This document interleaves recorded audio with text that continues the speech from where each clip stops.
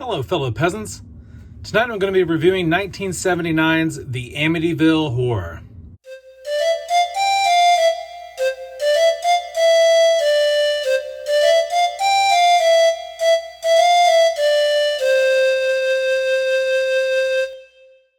Okay, guys, so I just got done watching 1979's The Amityville Horror.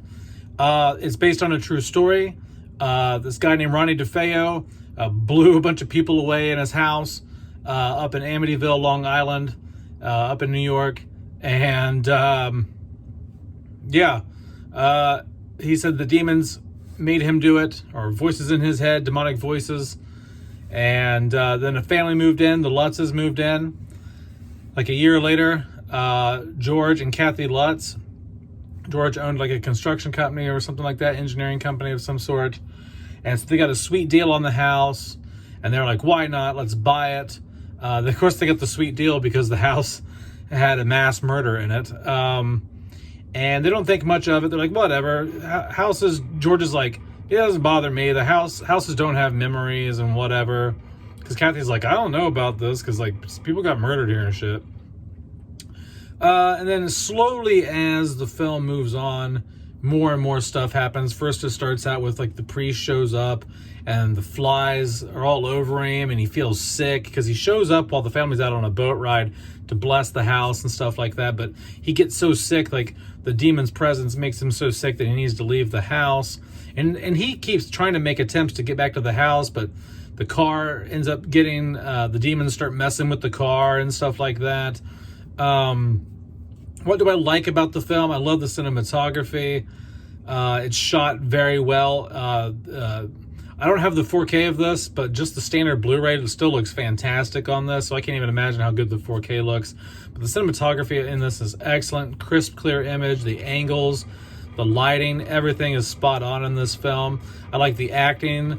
Everyone in this film does a great job. It never feels like cheap or anything, or over the top like some older horror movies can do.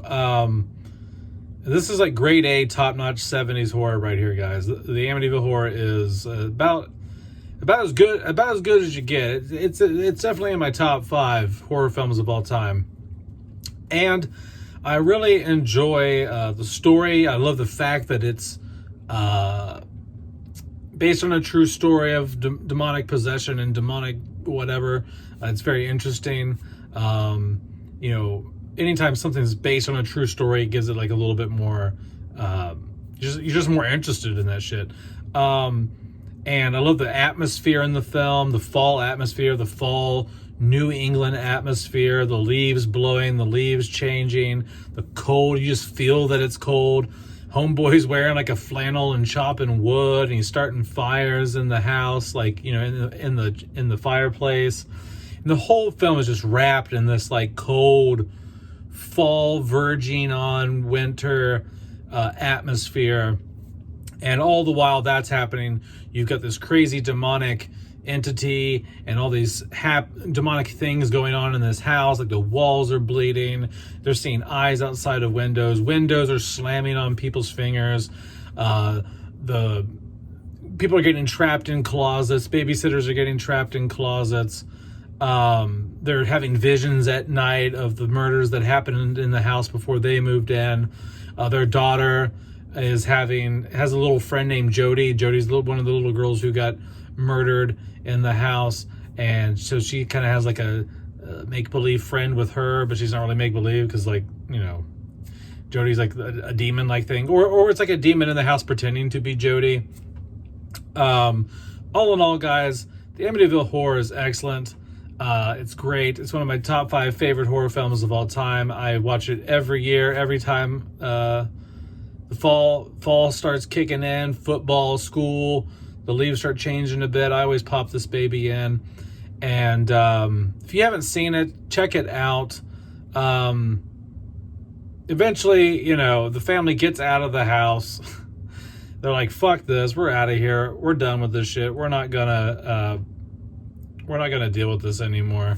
And so they decide to leave all their stuff there. And at the end of the movie, it says the Lutzes left the house and they never came back. They left all their crap there, and they moved to another state. Some people say that the Lutzes made it all up to make money. They knew what happened before, and this was a way of making some money, like a quick buck or something. No one will ever really know if they really made this up.